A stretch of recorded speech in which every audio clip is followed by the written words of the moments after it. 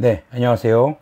오늘 큐티 말씀 함께 기도하심으로 나누도록 하겠습니다. 기도하겠습니다.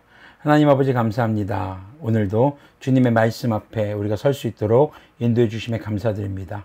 주님께서 말씀의 조명이 되어 주시고 성령님께서 우리를 인도하여 주셔서 주님의 말씀 밝히 깨달아 할 수 있도록 긍휼을 베풀어 주시옵소서. 우리 주 예수 그리스도님의 이름으로 기도합니다. 아멘. 네, 오늘 보신 하나님의 말씀은 예레미야 44장 1절에서 10절까지의 말씀입니다. 표준세 번역의 성경으로 제가 읽어드리도록 하겠습니다. 이 말씀은 주님께서 이집트 땅에 사는 모든 유다 사람들 곧 믹돌과 다바네스와 멤피스와 상 이집트에 사는 유다 사람에게 전하라고 예레미야에게 하신 말씀이다. 나 만군의 주 이스라엘의 하나님이 말한다. 내가 예루살렘과 유다의 모든 성읍에 내린 모든 재앙을 너희가 분명히 보았다. 보아라, 그 성읍들은 오늘날 아무도 살지 않는 폐허가 되었다. 그것은 그들이 자기들도 너희도 너희 조상도 알지 못하는 다른 신들에게 제물을 살라 바치며 섬김으로써 나를 노하게 한 죄를 저질렀기 때문이다.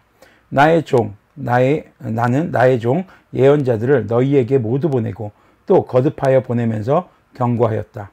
제발 이런 역겨운 일을 하지 말라고 하였다. 그것은 내가 미워하는 일이라고 하였다. 그런데도 그들은 듣지 않고 귀를 기울이지 않았다. 그들은 여전히 다른 신들에게 제물을 살라 바치면서 악에서 돌아서지 않았다. 그래서 내가 나의 타오르는 분노를 퍼부어서 유다의 성읍들과 예루살렘의 거리들을 불태웠고, 그래서 그곳들이 모두 오늘날과 같이 폐허와 황무지로 바뀌어 버렸다. 그러므로 이제 만군의 하나님이며 이스라엘의 하나님인 나 주님이 말한다. 어찌하여 너희는 그렇게 큰 악을 행하여 너희 자신을 해치고 있느냐? 너희는 유다 백성 가운데서 남자와 여자와 어린아이와 젖먹이들까지 다 죽게 하여서 너희 가운데 살아남는 사람이 아무도 없게 할 작정이냐? 너희는 왜 너희 손으로 만든 우상으로 나를 노하게 하며 너희가 머물려고 들어간 이집트 땅에서까지 다른 신들에게 제물을 살라 바쳐서 너희 자신을 멸절시키며 세상 만민에게 저주와 조롱의 대상이 되려고 하느냐? 너희는 유다 땅과 예루살렘 거리에서 저지른 너희 조상의 죄를 벌써 잊어버렸느냐?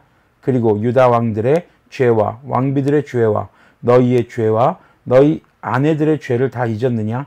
그들은 이날까지 뉘우치지도 않고 두려워하지도 않으며 내가 너희와 너희 조상에게 준 나의 율법과 율례를 지키지도 않았다.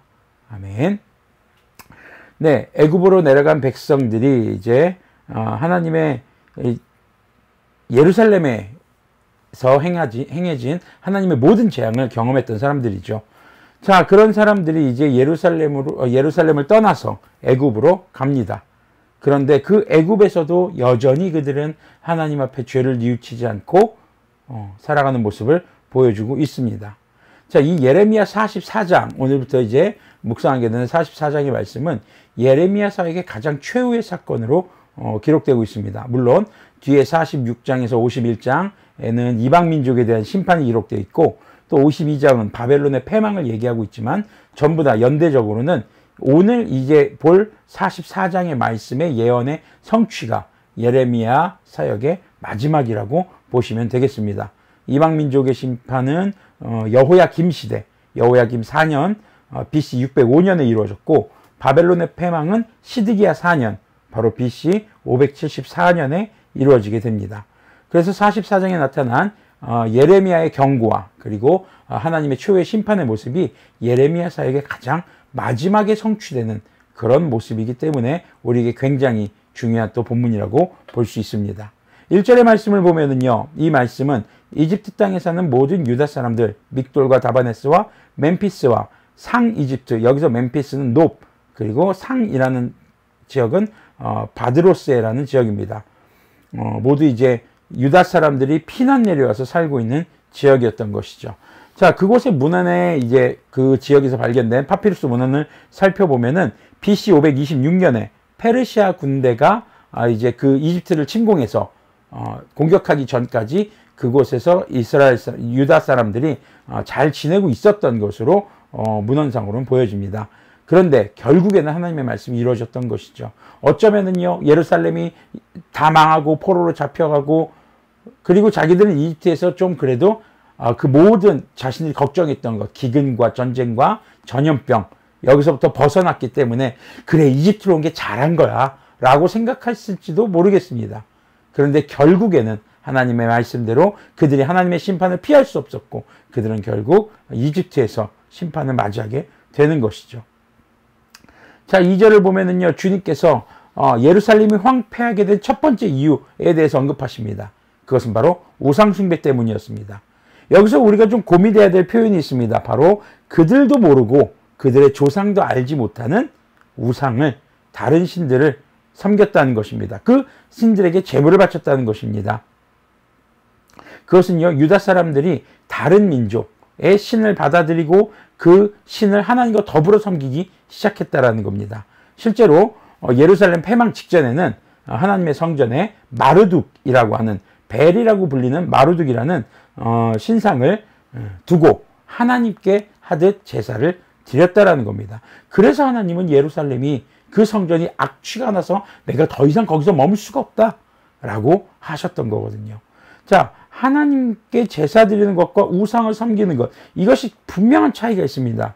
이것을 우리가 오늘 좀 집중적으로 좀 생각해 보아야 할 문제라고 보여집니다. 자, 우상에게 제사하는 목적은요, 부귀영합니다. 자신의 바람을 이루고자 하는 것이죠. 그런데 하나님께 제사하는 목적은 죄사함입니다. 죄로 인해서 끊겨진 하나님과 나와의 관계를 제사, 희생제사, 생명의 제사로 다시 관계가 연결되는, 바로 그런 목적을 가진 것이 하나님께 드리는 제사였던 것이죠. 그렇기 때문에 우상에게 드리는 제사는 내가 갖고 싶은 걸 갖고 싶은 것이 있고, 내가 원하는 것이 있고, 혹은 내가 피하고 싶은 게 있는 것, 바로 자신의 기호가 목적입니다. 그런데 하나님께 드리는 제사는 죄사함을 통해서 하나님과의 관계를 회복하고 태초부터 창조하신 하나님의 복된 날, 그 복된 날에 우리가 주님의 초대를 받아 동참하는, 그렇게 주님과 더불어 살아가는, 하나님의 창조 질서와 통치 질서를 따라 복된 삶을 살아가는, 그것이 목적이었던 것이죠. 자, 그러면은 여기서 자신에게는 없지만 가지고 싶은 것을 구하는가, 아니면 하나님 앞에 겸손하게 죄의 용서를 구하고 주님의 말씀을 따라 살기를 결심하는가, 이것이 오늘날 우리의 예배가 주님을 예배하는 것인지 아니면 우리가 우상을 섬기고 있는 것은 아닌지 분별하게 하는 기준은 아닐까요? 자, 계속해서 4절, 5절, 6절의 말씀을 한번 보도록 하겠습니다. 하나님은요, 무조건 죄를 지었다고 해서 황무지를 만들지 않으셨습니다. 하나님의 말씀을 전하는 예언자들을 거듭해서 보냈다고 말합니다. 자, 거듭해서 보냈다. 개역개정에서는요, 부지런히 보냈다라고 하고 있습니다. 이 말이 히브리어로는 하슈켐 웨살로하으라는 말입니다. 일찍 일어나서 보냈다라는 문자적 의미를 가지고 있습니다. 그러면 이런 내용들을 종합해서 보면 뭘까요? 예루살렘이 황무지가 되기 전에, 하나님의 심판이 이르기 전에 훨씬 전부터 하나님께서는 이스라엘에게 예언자를 보내셨고 예언하셨다는 겁니다. 왜요? 그들이 죄에서 돌이키기를 바라는 마음에서죠. 정말 걔네들이 믿고, 정말 예루살렘에 사는 유대인들이 믿습니다. 이스라엘 사람들이 믿습니다. 그럼 하나님이 경고도 안 해요. 이놈의 새끼들 잘됐다. 잘못했으니까 싹 다 죽여버려야지. 그러셨겠죠. 그런데 수백 년 동안 계속해서 예언자를 수십 명, 수백 명을 보내서 그들에게 예언하게 하십니다. 그들이 죄에서 돌이켜야 한다고 말씀하십니다. 왜 그러셨을까요? 그렇죠. 사랑하기 때문에, 맞아요. 사랑하기 때문에였습니다.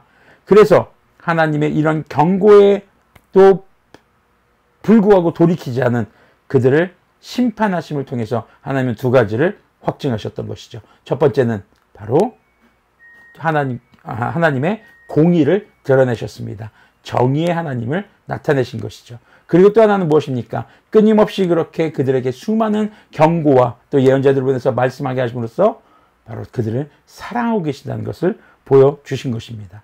그런데 우리가 간혹 사랑의 하나님만을 너무 부각해서 심판하는 것은 사랑의 하나님의 성질과는 맞지 않아 라고 생각할지도 모르겠습니다. 그러나 범죄한 사람들을 내버려 두는 것이 사랑일까요? 그럼 범죄하지 않고 거룩하게 살아간 다른 사람들은요? 그래서 하나님의 말씀대로 살지 못한 사람들을 경고하고 그들에게 기회를 주지만 끝까지 변하지 않는 자들을 심판함으로써, 하나님은 질서의 하나님, 통치하시는 하나님, 모든 룰을 창조하시는 분, 그 하나님께서 여전히 그들도 사랑하셨다는 것을 보여주고 계신 것이죠. 오늘도 주님은 우리가 우상숭배에서 돌아서기를 간절하게, 그리고 거듭해서 경고하고 계십니다. 우리의 예배는, 또 우리의 기도는 나의 기호를 얻기 위한 것인지, 아니면 주님을 만나서 주님의 복에 동참하기 위한 것인지 다시 한번 점검하면서 오늘 이 말씀을 들으시는 여러분들이 돌이키실 수 있는 그런 기회가 되기를 바랍니다. 자, 그 다음 이제 7절에서 9절까지의 말씀을 보면은요, 심각한 문제들이 등장을 합니다. 그 심각한 문제는 바로 조상들이 우상을 숭배하는 죄를 짓고 하나님의 심판을 받았어요. 그것을 아는데도 이집트로 피난 온 유다 사람들이 여전히 우상을 섬기려고 한다는 것입니다. 이것이 이제 앞으로 하나님께서 바벨론 왕 느부갓네살을 통해서 이집트까지도 치시고, 또 후에 역사 속에서 페르시아를 통해서 이 이집트가 또 정벌당하는 이런 원인이 되는 것이죠. 바로 어제 나눴던 말씀에서처럼 우상을 없애버리겠다고 하시는, 이집트에서 우상을 없애버리겠다고 하시는 바로 그 이유인 것입니다. 하나님의 백성들을 우상에 빠지게 한 그 나라, 그 민족, 그 어떤 상황도 하나님께서는 그냥 두시지 않으십니다. 자, 여기까지 우리가 좀 종합해 보면은요, 결국 우상의 본질은 나 자신의 기호, 좋고 싫음에 있습니다. 내가 좋은 것은 하고 싶고 싫은 것은 피하고 싶다는 겁니다. 하나님의 말씀과 관계 없이요. 그것이 곧 우상 숭배로 이어진다는 것이죠. 내가 얻고 싶은 게 있습니다. 그러니까 그것을 들어줄 만한 형상을 만들어서 섬기기 시작합니다.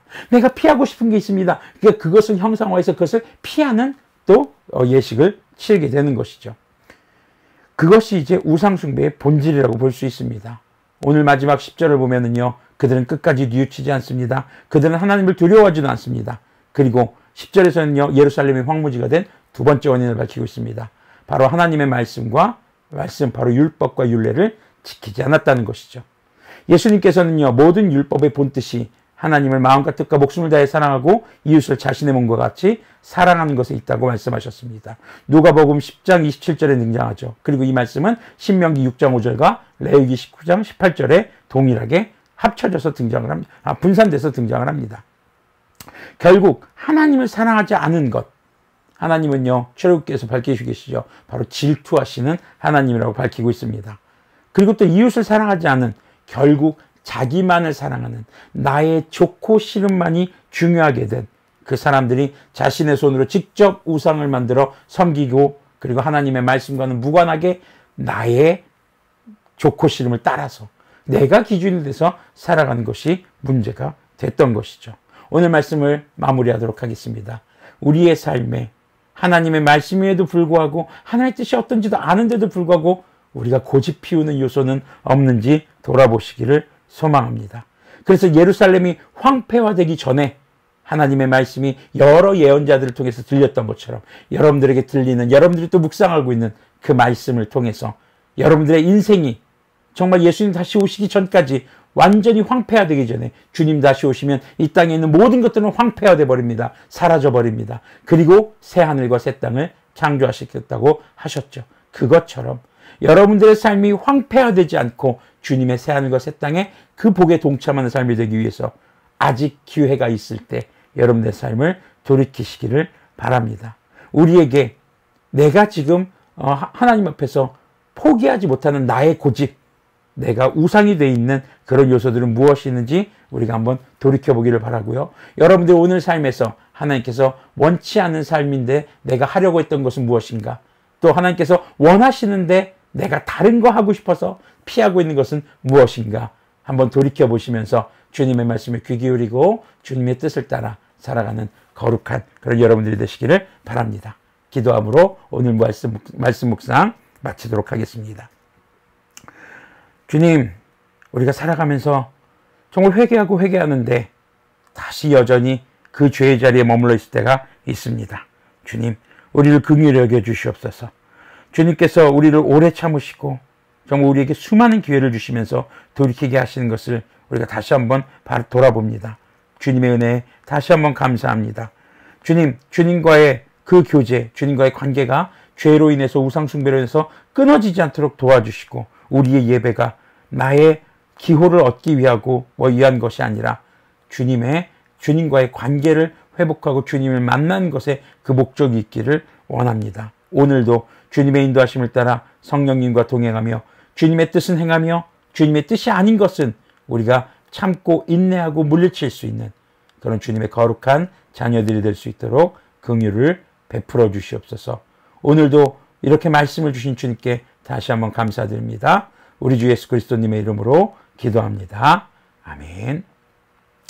네, 큐티 채널을 이제 시작하면서 여러 가지 미흡한 점이 좀 많이 있습니다. 혹시나 이런 부분들이 개선되었으면 좋겠습니다 라는 것이 있다면 댓글을 남겨주시거나 저에게 개인적으로 연락 주시면 하나하나 수정해 가보도록 하겠습니다. 오늘도 주님 안에서 깨끗한 하루 되시길 바랍니다.